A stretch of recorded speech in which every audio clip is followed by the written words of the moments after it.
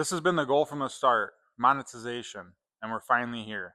We've reached all the requirements, and I've officially submitted the application. We got the 4,000 watch hour, over 1,000 subscribers. I want to thank you guys, everyone who's been here from the start and everyone that just got here. This channel started with this Ford Falcon build, and the Ford Falcon build is going to continue on this channel, plus other things as well. But this is the highlight point of what Jonez Garage is this Ford Falcon build. So what does this mean for the Falcon? It means everything. It means we can start making real progress. It means this build isn't just my build anymore.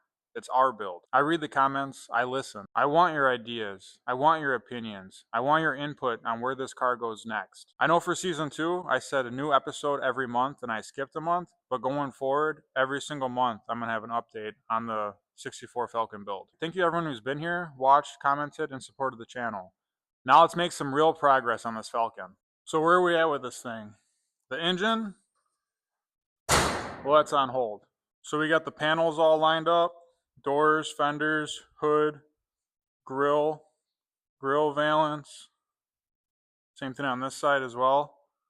So now it's time to start doing the gaps.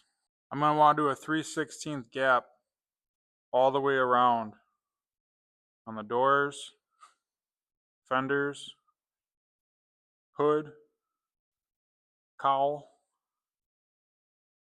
to the grill. So I'm going to have to add weld to all the edges and then grind it back. I also need to order some new lower quarters. Previous person who owned this did their own patch, half welded it in and filled it up with Bondo. I found this after I stripped all the paint off. But I'm going to get a new quarter, cut this out, patch it in. I need to get a rear end ordered.